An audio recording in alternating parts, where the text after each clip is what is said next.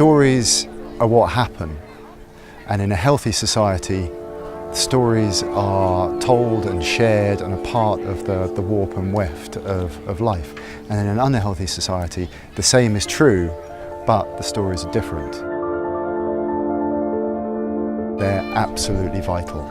We're made of stories, both on a kind of psychological level, if you like, but the way our memories work, the way we see the world, we develop narratives and stories about what is going on with our lives, the world around us. And in these times, we're definitely looking at changing the narrative of what's happening. The narrative that we've been working on for the last however many years is not a narrative that's actually true, and not a narrative that's actually helpful. So yeah, stories are woven through the whole fabric of everything as far as I'm concerned.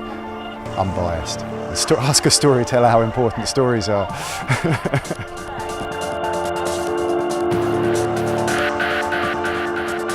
It's one of the ways in which we make sense of our lives, isn't it? You know, when we talk to each other, we are developing and reinforcing and sometimes changing the narratives that we've developed about what's happened, all the good stuff and the bad stuff and all the myriad stuff in between.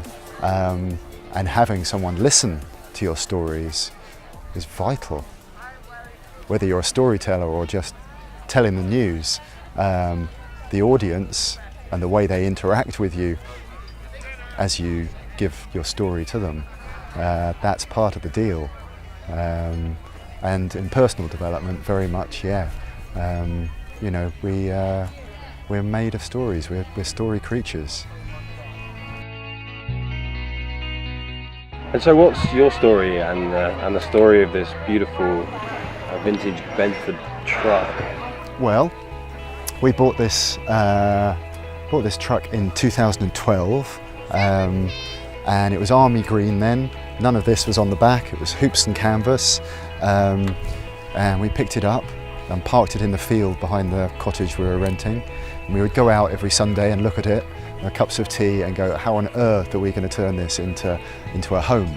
And one day we rethought that whole story of what we were doing. You know, we thought, okay, we'll make it into a home. It'll be great, lovely truck, nice. And something emerged, and we suddenly saw there's a different way of doing this. Let's make something amazing. Let's do something that, when we travel with it, is inspiring and makes people go, something extraordinary is about to happen or is already happening. And so we hit upon this idea of making it into a travelling storytelling stage, a theatre. We've got all sorts of plans for the future.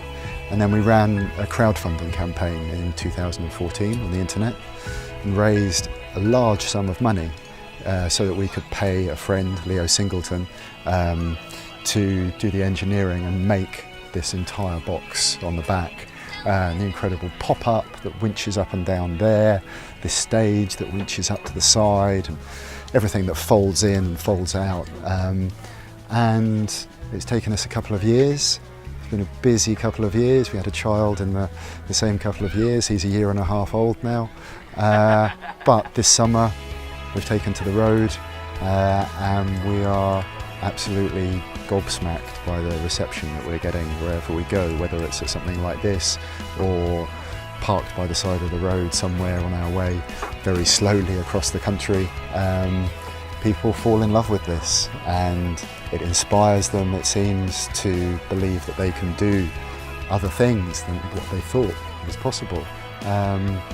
And yes, it seems to be doing its thing. It feels like we've opened a door and this came through.